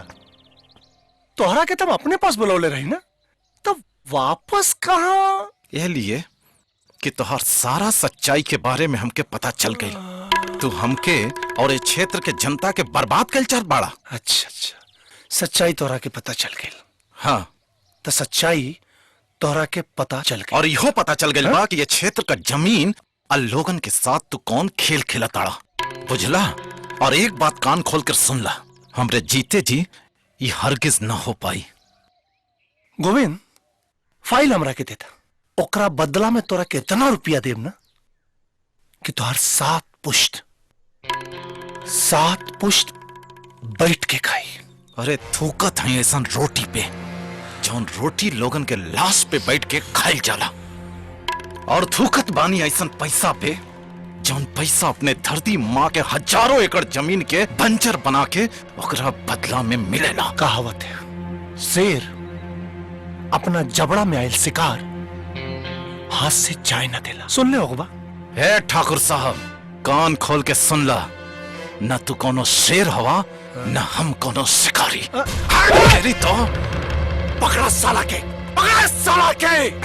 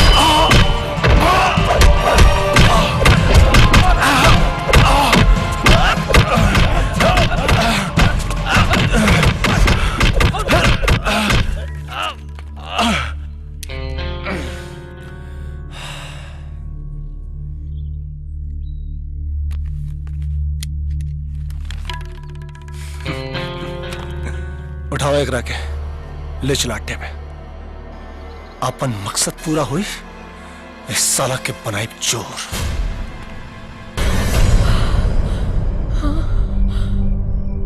का भले माई? ए बेटा, हमरा लागल है कि केहू चिल्लाता। कहाँ केहू चिल्लाता माई? जब देखो तब कुछ न कुछ उठपटांगे सोचत रहेलू। केहू चिल्लाई लहो? ते सुन ले हवेरे नक चिपटी? ना भैया, कुछ ना सुननी हम। ए माई, भैया गांव के प्रधान हमें, 50 गो काम होला उनकरा के। हाँ। केहू मिल गईल हुई, कहीं रुक गईल हुई जरूरी काम से। अबे हमें घबराइला का कौन बात बा? अम्मा जी, आज वो कागज लेके गांव भर के पैसा आने गए बाड़े। पैसा? और हो अकेले? हे भगवान, जुग जमाना ठीक नहीं खे, पता न कहाँ हुई है, अभी तक ना आइले। अरे चाची, ऐसे रोले से काम ना चली, चल के विजय बाबू से पूछे के चाहिए। हाँ रे माई, चौथी भैया बिल्कुल ठीक कहा था ना। हम बहने जाके विजय बाबू से पूछ के आवा था। अकेले कहाँ जात वाला शंकर? मामला तो गांव भर के बा, हम सब साथे चलल जाई। हाँ हाँ बिल्कुल सही। बाकी ये शंकर, हमरो के ले चला, हम चल के विजय बाबू से पूछब कि हमार गोविंद कहाँ बड़ा। चलो चल माई, चल जल्दी चला है बाबू। छोटे सरकार, गोविंदवा से जौन चाहत रहनी सब मिल गई। अब ओकरा जिंदा रखला से फायदा, जौन तरह ओकर गाड़ी के पुर्जा पुर्जा करवा के गायब करवा देनी, वही तरह ओकर बोटी बोटी करवा के गायब करवा दी। ना मुरारी, गोविंदवा के कुछ दिन और ही जिंदा रखा के पड़ी। वो का है? अगले हफ्ते विदेश से हमारा पार्टनर आवता। अगर लास्ट मोमेंट पे कागज पत्तर में कुछ गड़बड़ भइल तो वह कामे आई। यही से ओकर जिंदा रहल जरूरी बा। मालिक शंकर गांव वालन के साथ आई बाड़े। शंकर गांव वाले? चलो चलो चलो चलो। अरे ये सब यहाँ कैसे? प्रणाम छोटे सरकार। प्रणाम। तू लोग यहाँ कैसे? जी हम उनके गोविंद भैया के बारे में जाने आइल बानी जा। गोविंद के बारे में? हाँ छोटे सरकार, काल गोविंद आप ही से मिले आयल रहलन, अभी ले ना लौटलन। हा गोविंद तो आयल रहे, लेकिन हमरा से मिलके चल गए। गांव वालन का एग्रीमेंट पेपर हमरा के दहला है और हम उनकरा के सबके हिस्सा का पैसा दे देनी। हाँ हाँ, ये हमारे सामने के बात बा। हाँ। अरे तो कहाँ गए हमार भाई? ना गांव में रुपया पहुंचल बा, ना हमार भाई पहुंचल बा। कहाँ गए बताई सबे? गोविंद अब कहाँ गए तो हमरा के नहीं पता। हाँ, लेकिन उनका साइन के रसीद हम तोहनी के दिखा सकीले। मुरारी रसीद दिखाओ। रसीद? ये देख भाई, केहू के पैसा मिली तब ना रसीद पे साइन करी है? छोटे सरकार, जरूर कहीं कुछ गड़बड़ बा। कहीं न कहीं दाल में काला जरूर। ते हमरा पे इल्जाम लगाओ तारे। काला यहाँ वाना तोरा भाई के मन में रहे, जौन भाग गेल गांव वालन का पैसा लेके। एक छोटे ठाकुर, खबरदार जे हमरे भाई के चोर कहे के कोशिश कैले। हमारे राम जैसन भाई चोर ना हो सकेला। बुझ गए रे, बुझ गए रे साले। समझाओ बुढ़िया, समझाओ अपने लड़का के, नहीं तो अनर्थ हो जाई। मार माई ते मार हमरा के। चल चल घर। लेकिन ध्यान रखिए छोटे ठाकुर, अगर हमरे भाई के कुछ हो गई ना तब बोटी बोटी काट दे तोरा के। शंकर कहाँ गए? चल इधर से। अगर साजिल हमार भाई हमरा घरे ना पहुंचल ना तो इतना काटब कि गिन ना पाई बजा लोग। चल इधर से। अभी तो हम जाता नहीं साले। अगर साजिल हमार भाई ना पहुंचल तो तोरी हवेली के ईंट से ईंट बजा दे ठाकुर। ध्यान रखिए साला। कुल माई बेटा के ड्रामा रहल गांव वालन के पैसा हजम करे खातिर। ये बात लेकिन ई लोगन के समझ में आवे के चाहिए। सब समझिए सरकार, सब समझिए। का हो गांव वालन, तोनी अपन पैसा हजम होके देबा? ए मुरारी भैया, ये का कहत बाड़ा? हमारे साथ जमीन हो गई, पैसा हो गई, हमने का चुप बैठल जाई। तो चला हमरा साथे चला, आज दूध के दूध और पानी के पानी हो जाए। ठीक बा, चली चल अब निकल जाई। ये सब का हो रहा बा विजय? आ गोविंद कहाँ बा? हमरा कैद में। कैद में? का मतलब? गांव वालन का फाइल और गोविंद का अंगूठा लगल रसीद हमरा पास बा। ये देखिए।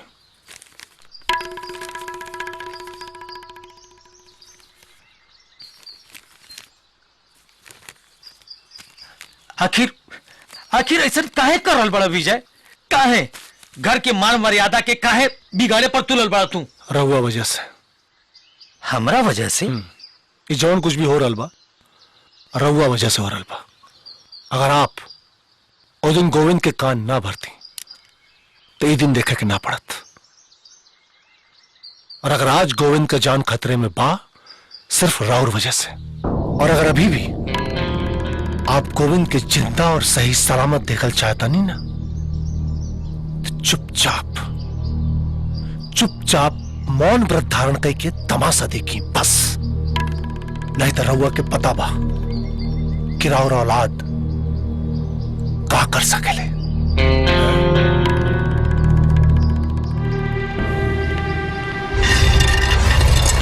अब संसारे एगो का चीर के रख दे। अरे काहे के देखा था सारे बस आगे देखत काहे के बस सारे कुलीन आगे बढ़ा। जवान अपनी माई के दूध पियले बा एक कदम आगे बढ़ा के दिखावे। अरे काहे खड़ा बड़ा सारे बड़ा कुलीन आगे आ साले आगे आ। का करत बड़ा? छोड़ भाई हमके।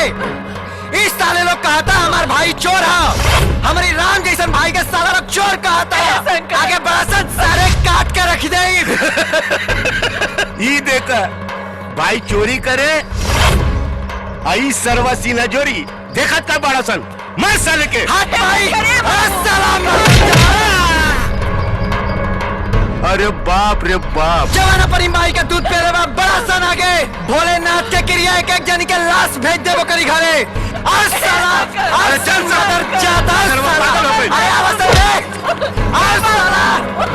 मत कर ऐसे।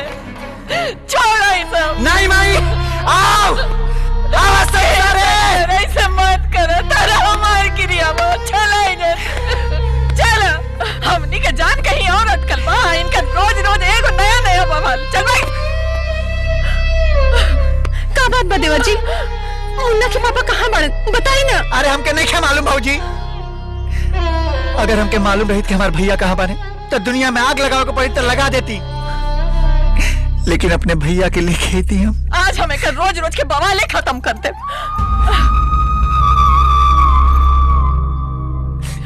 माई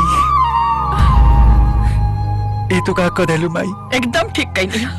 तहारी रोज रोज के लड़ाई झगड़ा बवाल खत्म करे खातिर ये एगो रास्ता बा। लेकिन माई तू हमके हमारे इष्ट देव भोलेनाथ की क्रिया में कहे बात देलू माई। और एगो बात और सुन ला, एकरा साथे साथे तहरा अपन माइयों की क्रिया बा। आज के बाद शंकर केहू से लड़ाई झगड़ा गाली गलौज कैला तो अपन माई के मरल मुँह देखियो। ना माई ना, लेकिन माई ऐसे में गोविंद भैया के सबसे ज्यादा क्यों का जरूरत बा तो वो हम आई। तू हमके क्रिया में बात के ठीक ना कैलू माई। शंकर ये ऐसे कहीं नहीं है कि हमार एगो बेटा पता न कवन मुसीबत में बा। हम अपन दोसर बेटा खोवल नहीं खींचत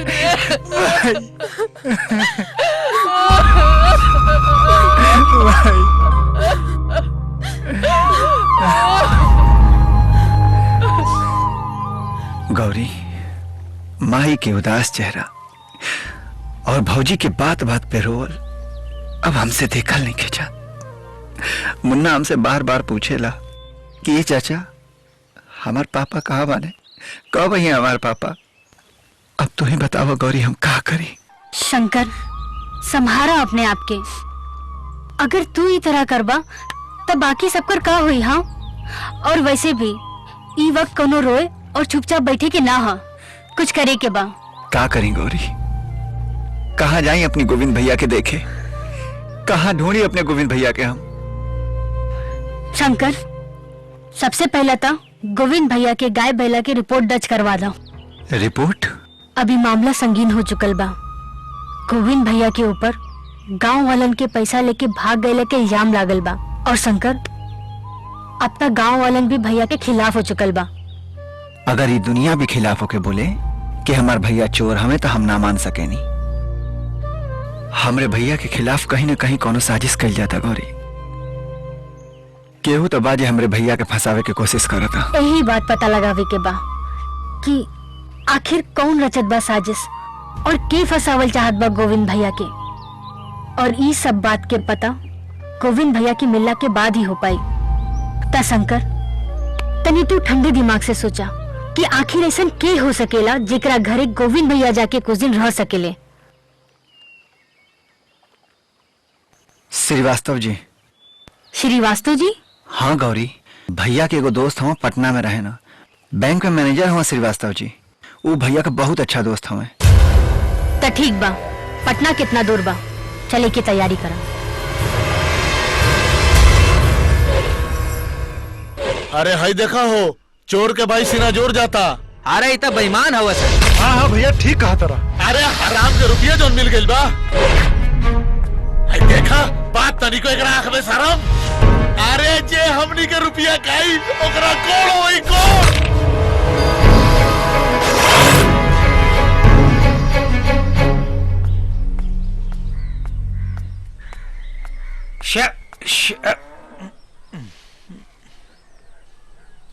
तोहनियों को कुछ बोला सो, चुप कहे के बड़ा सो। तंतल हमनी ते ताना माले ना, माफी मादे आइल बाली ले। हाँ शंकर, ये दुनिया चाहे कुछ भी कहे, लेकिन हमनी के विश्वास बा कि गोविंद भैया ऐसा ना कर सकेले। बस करे से यार, तोनी के इतना बोल के छाती चौड़ा कर देला सा। कम से कम केहू तो बात जे हमार साथ देवे वाला बा। हाँ भैया, हमनी के दुख भी समझत बानी और साथ भी देवे की चाहता नहीं, लेकिन हाँ तंतल, ते इतन वक्त पे एक दो थी दोस्त के काम ही आवेला रे, लेकिन हमनी ते मजबूर बानी रे। परिवार की क्रिया कथम मजबूर बानी, मजबूर बानी। अरे भाड़ में जाए सर क्रिया कसम, हम कहता नहीं छोड़ा लोग क्रिया कसम और शंकर के साथ द लोग। हाँ धनिया बिल्कुल सही कहा था। ना नंदू, परिवार से बढ़ के कुछ हो ना होला, और हम कबहू ना चाहब कि तो लोग परिवार के खिलाफ खड़ा होके हमारे साथ न जा, कबहू ना चाहब।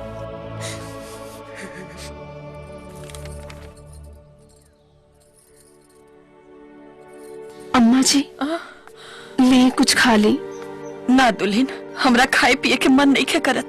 कुछ खा ला ना माई, तू काल से कुछ नहीं को खैले। ना रे बेटी, हमरा खाना पानी देखो के मन नहीं करत। पता ना गोविंद हमार कैसन कवना हाल में होखिया।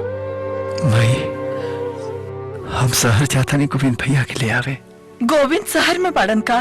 ना माई, हो सकेला उस श्रीवास्तव जी के यहाँ गए लोग हैं और श्रीवास्तव जी उनका के रोक ले होके। ठीक बच्चा, आ गोविंद मिले ना तो बताइए ओकरा के कि चल के अपन माई के हालत देख लो कि रो रो के ओकर माई के का हाल हो गइल बा। ठीक ना बेटा?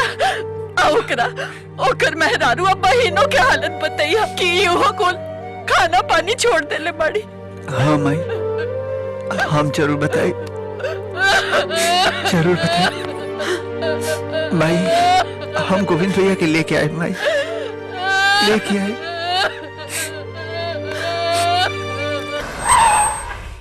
प्रणाम अम्मा जी। जी अतरा। ए माई चला तानी। खुश रहे। हम जाए चाचा के साथ, पापा के लगी जाए, पापा से मिले जाए। ना मुन्ना, चाचा जा बैठे ना पापा के लिए आवे। अरे कोनो बात ना भौजी, गाड़ी में ही बैठ के तो जाए के बा। चला मुन्ना चला।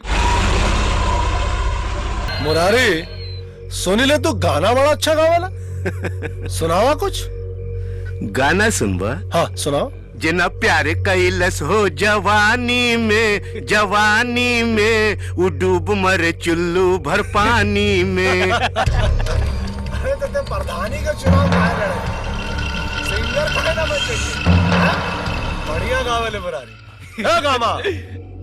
अरे ले जाके गोविंदों के कुछ खिया दे, सरवा भूख। रुक रुक रुक रुक, आज ओकरा के भूखे मरे नहीं सरकार, खाना भेजला से का फायदा? वो दिन ओकरा भाईवा बड़ा हेंकड़ी दिखावत रहे। ना ना ना, मुका तक ले जो खाना, ले जाके खिया दे। ओहो हाँ शुरू करा, ते एल्बम निकाल। सरकार सब उड़ जाए। वो डूब मरे चुल्लू भर पानी में। वो है घूम फिर के गावत बार बार यार।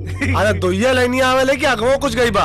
अरे मालिक सब डूबिए मालिक भाग गइल। का बोल छोटे सरकार? मुरारी गोविंदवा फाइल ले गइल।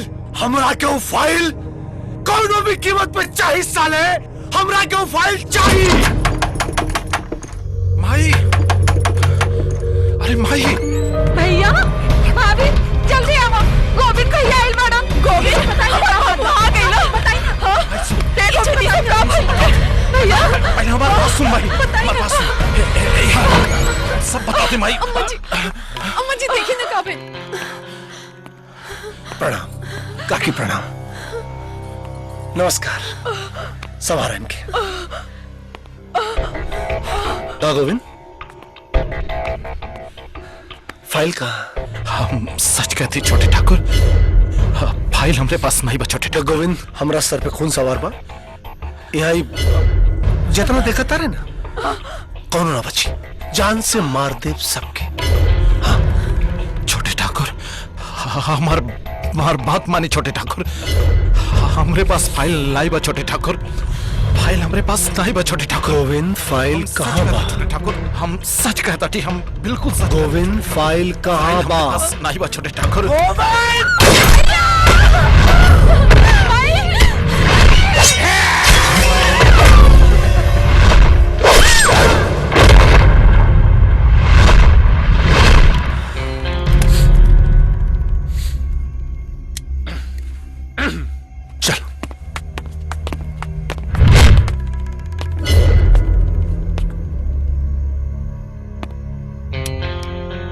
अब का भइल छोटे सरकार?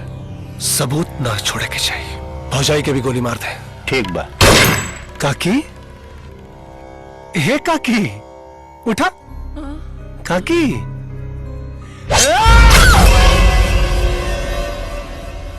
तंत्र शंकर का काकी और गोविंद भैया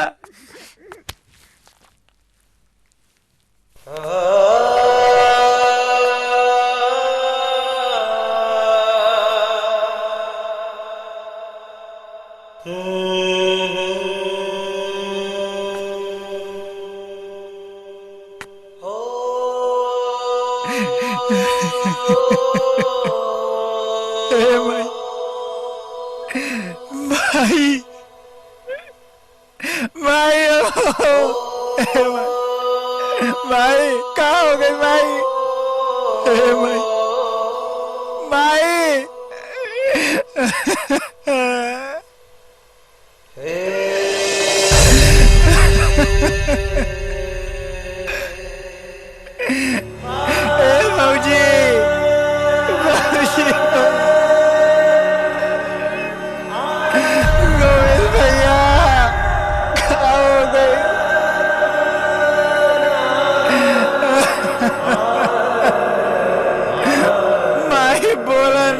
कुछ ए भाई,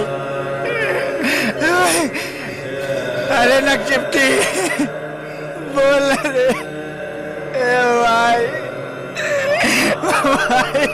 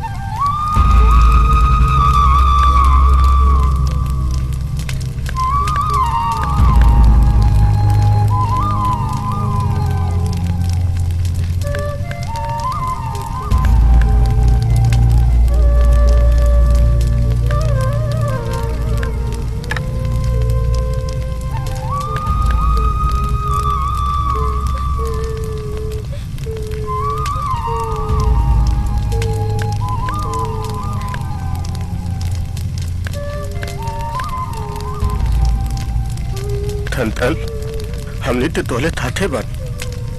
अब हमरा केहू के हमदर्दी की जरूरत नहीं है।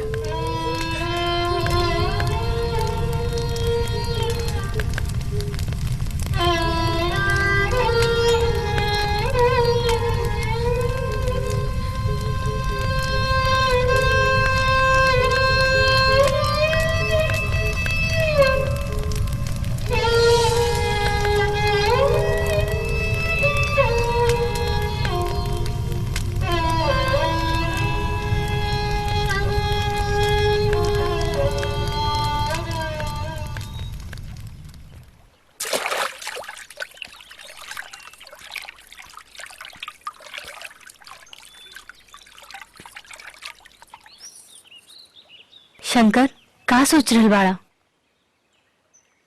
गौरी, हमार जिंदगी अब बारूद बन गई बा गौरी। दिल और दिमाग में सिर्फ तेजाब भर चुकल बा। हर वक्त हमारी आंखें के सामने हमारे परिवार के लाश लौकेला, सिर्फ लाश। शंकर, अब हम खुद एक घटना की छानबीन कर रहल बानी। जे केहू भी कातिल होई ना, ओकरा के तो पाताल से खोज निकालब, फांसी के तख्ते तक ओकरा के खींच के लेके जाए। नहीं गौरी नहीं, ओ नरपिशाचन के फांसी के सजा ना, शंकर के सजा मिली। और ये लड़ाई में कुछ भी हो सकेला गौरी, तू हमके भूल जा। हमके भूल जा शंकर का देखत बड़ा बोलत काहे नहीं का हमार पूरा परिवार खत्म हो गई और तू बैठ के ये तमाशा दिखात रहा। तोहरो नाम शंकर है और हमरो नाम शंकर है। हमरा के इंसाफ चाहिए। अगर हमके इंसाफ ना मिलल ना तो इतना बुरा इंसान बनब कि लोग कोसी है तोहरे ऊपर। अरे लोग कोसी है तोहरे नाम पे।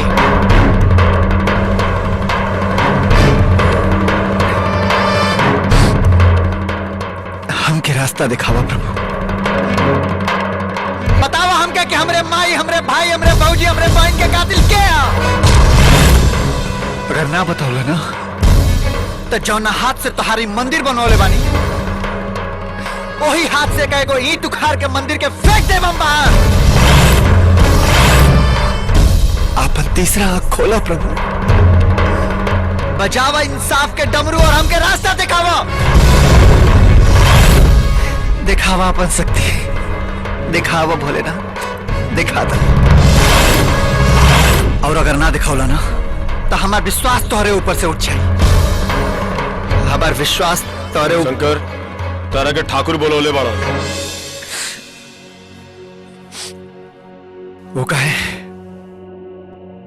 जरूरी काम बा।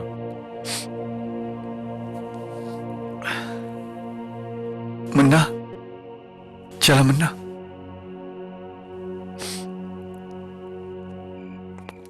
आवा शंकर आवा। जौन भी भइल बहुते बुरा भइल। का फर्क पड़ेला ठाकुर साहब? ये दुख जतावला से का फायदा बा? न तो हमरे माथे पर लगल कलंक मिटावल जा सकेला और न तो हमरे मरल परिवार के जियावल जा सकेला। लेकिन कलंक मिटावल जा सकेला शंकर। कलंक? हाँ कलंक। गोविंद के माथे पे लगल कलंक। गोविंद बेकसूर रहले। का? हाँ ओके हमार लड़का जबरी बंदी बना के रखले रहे। हाँ जबरदस्ती अंगूठा लगा के रसीद पर ओके चोर और बेईमान साबित कैलस। लेकिन आज वो रसीद और फाइल हमरे पास बा। देखो देखा है कि और जाके गांव वालों के बताओ कि तुम्हार भाई बेकसूर बा।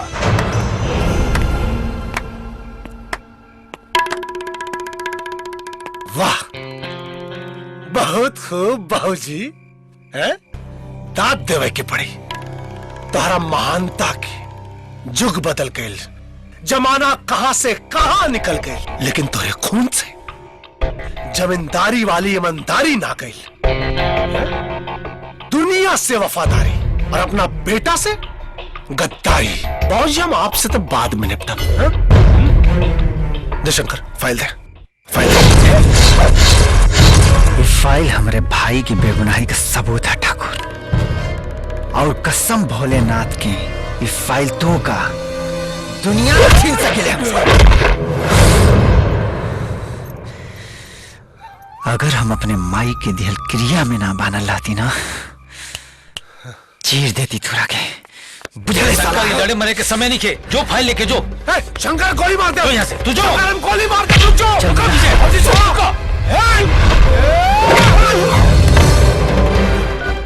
मुरारी शंकर वो फाइल लेके गांव की तरफ गई ला।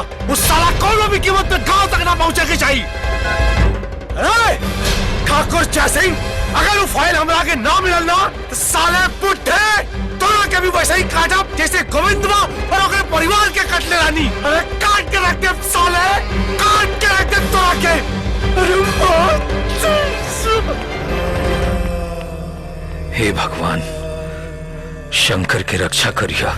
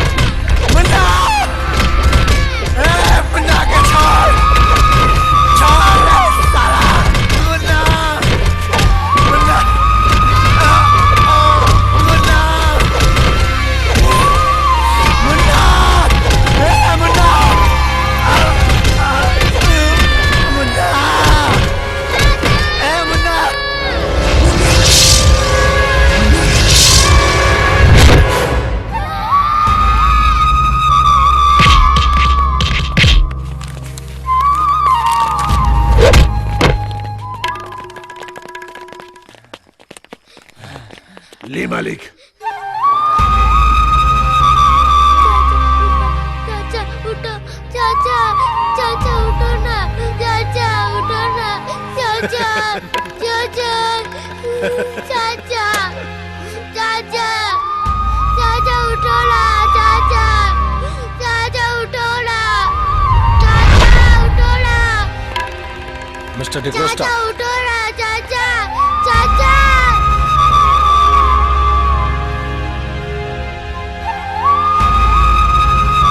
आज के बाद शंकर केहू से लड़ाई झगड़ा गाली गलौज कैला तो अपन माई के मरल मुँह देखियो तू।